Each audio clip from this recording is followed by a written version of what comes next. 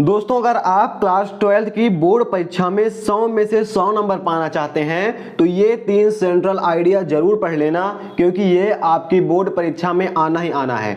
4 number आपके इस video को देखने के बाद पक्के होने वाले हैं। सेंट्रल आइडिया को पेपर में कैसे लिखना है, कौन कौन सी याद करके जाना है, जिससे कि आपको कोई सेंट्रल आइडिया मिस ना हो और जो आप पढ़ें वही बोर्ड परीक्षा में आ जाए। सारी चीजें हम इस वीडियो में देखेंगे। सबसे पहले हम देखते हैं पहली सेंट्रल आइडिया। तो ये है most famous central idea, my mother eight 66। ये एकदम इंपॉर्टेंट है। और अगर हम बात करें बोर्ड परीक्षा की, तो बोर्ड परीक्षा में 90% चांसेस हैं कि ये जो है सेंट्रल आइडिया पूछी जाए। 90% इसके चांसेस हैं कि ये आएगी। और अगर परीक्षा में ये सेंट्रल आइडिया आएगी तो आपको कैसे लिखना है वो हम देखते हैं। आपको सबसे पहले ऊपर लिखना है आंसर नंबर, जो रहेगा 5वां आंसर नंबर जहां तक है आएगा तो आंसर नंबर डालना है। उसके बाद लिखना है सेंट्रल आइडिया, फिर नीचे लिखना है माई मदर एट 66। पहले आप क्या डालेंगे, पहले आप डालेंगे आंसर नंबर, उसके बाद डालेंगे हेडिंग, उसका एक लाइन छोड़कर सेंट्रल आइडिया, उसके बाद एक लाइन छोड़कर आप डालेंगे माई मदर एट 66। तीसरी डालने के बाद फिर से आप एक लाइन छोड़ेंगे और आप लिखना शुरू करेंगे the poem has been written in lyrical idiom and brings out the complexity of human relations.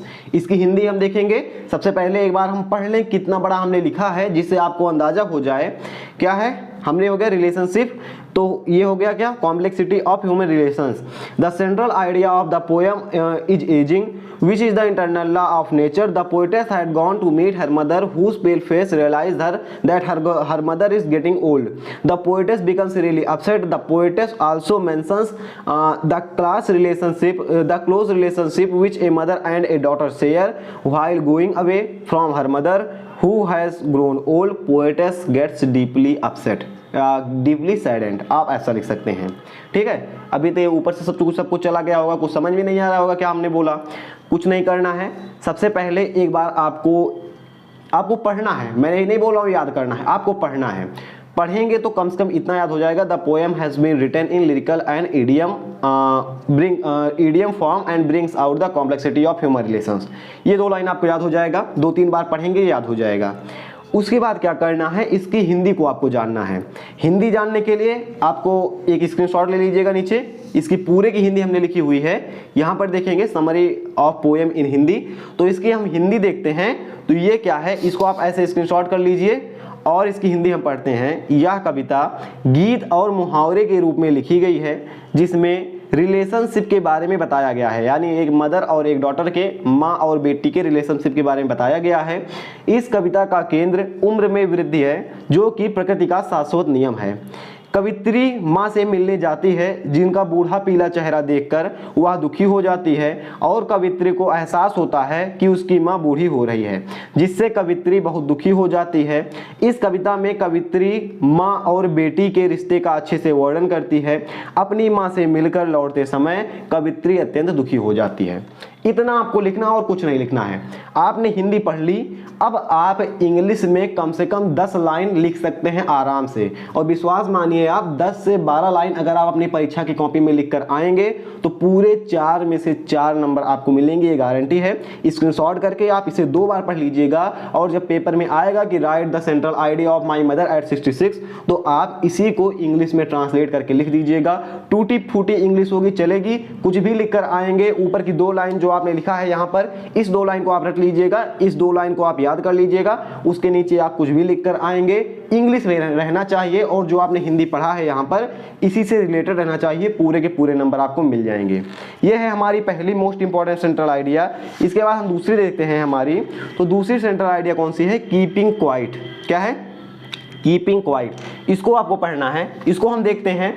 तो ये एक छोटी सी सेंट्रल आइडिया है। कितनी छोटी है, तो आप देखेंगे इतनी छोटी है। पहले आप पेपर में डालेंगे आंसर नंबर, उसके बाद डालेंगे एक लाइन छोड़कर सेंट्रल आइडिया, फिर एक लाइन छोड़कर कीपिंग क्वाइट आप हेडिंग डाल देंगे। ठीक है, अगर कीपिंग क्वाइट आती है तो 80% चांसेस हैं कि पूछी जाएगी। और जहां तक ये दूसरे नंबर पूछी जाएगी, पहले नंबर पर आपकी ये सेंट्रल आइडिया रहेगी माई मदर एट 66, दूसरे नंबर पर रहेगी कीपिंग क्वाइट। ठीक है, ये आप याद रखना। तो आपको क्या करना है, इसको ऐसे लिखना है, the poem keeping quiet is composed by Pablo Neruda. Keeping quiet is a simple poem, it is addressed people worldwide Today our life is hasty and without direction. We don't understand what is purpose of our life. In this poem, poet demands the quiet introspection. He wants us to suspend our all activities. Then we can resume our activity in a right direction. ठीक है, फिर से भी नहीं समझ में आया होगा। इसमें भी आपको दो लाइन याद रखना है ऊपर का। The poem keeping quiet is composed by Pablo Neruda, और keeping quiet is a simple poem. यहां तक आप याद रखिएगा, आपका काम हो जाएगा। The poem keeping quiet is composed by Pablo Neruda and keeping quiet is a simple poem. दो लाइन आपने याद रखा। अब उसके बाद आप इसका सारांश पढ़ लीजिए, इसको आप इंग्लिश में ट्रांसलेट करके लिख दीजिएगा। सारांश क्या है? कीपिंग क्वाइट कविता पाल्बो नेरूदा द्वारा लिखी गई है। यह एक साधारण कविता है जो विश्व के सभी लोगों को संबोधित करती है, और यह कविता बताती है कि आज हमारा जीवन जल्दबाजीपूर्ण और दिशाहीन हो गया है, जिससे हम अपने जीवन का उद्देश्य नहीं समझ पाते। इस कविता में कवि हमसे अपने आत्मनिरीक्षण की मांग करता है। कवि चाहता है कि हम अपनी गतिविधियों को बंद कर दें और वापस उसे एक नई दिशा में शुरू करें। यानी कवि क्या चाहता है कि हम एक सही दिशा पकड़ें। जो हम काम जल्दबाजी पूर्ण कर रहे हैं इसको हम आराम से करें, हमारे सारे काम अच्छे हों, और क्या करें, जो हम एक समय के लिए शांत हो जाएं। आपको इसमें सब लिखा गया है कि विश्व के सभी लोगों को संबोधित कर रहा है कि जो आप जल्दबाजी पूर्ण दिशाहीन आपकी लाइफ हो गई है, इसको आप आराम से काम करें और अपनी लाइफ को एक नई दिशा दें। आपने यहाँ पर पढ़ लिया, यानी काम क्या है इस कविता का, या आप बोलेंगे इसकी सेंट्रल आइडिया का। तो आपको ये बताना है जो आज के समय में चल रहा है कि सभी लोग जल्दबाजी में हैं, सभी लोग एक दूसरे को पहचान नहीं रहे हैं और सभी लोग दिशाहीन हो गए हैं।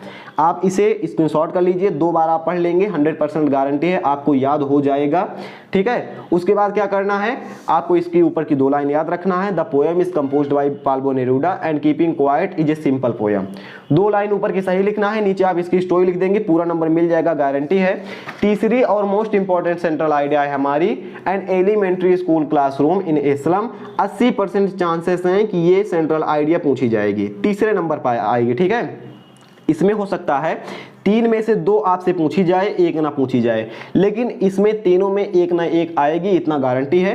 ये तीसरी सेंट्रल आइडिया है, ये बहुत ही बड़ी सेंट्रल आइडिया है। तो यहाँ पर आप देखेंगे, तो हम देखें, ये देखेंगे आप, इस पूरे पेज में हमने लिखा हुआ है। तो इसको क्या करना है, इसके लिए आपको डिस्क्रिप्शन बॉक्स में जाना है, वहाँ PDF की लिंक मिल जाएगी, आप उसको डाउनलोड कर लीजिएगा। फिलहाल इस वीडियो में इतना ही था। कैसे लगे आपको वीडियो, आप हमें कमेंट करके जरूर बताइएगा। हम मिलेंगे ऐसे किसी नेक्स्ट वीडियो में। जय हिंद।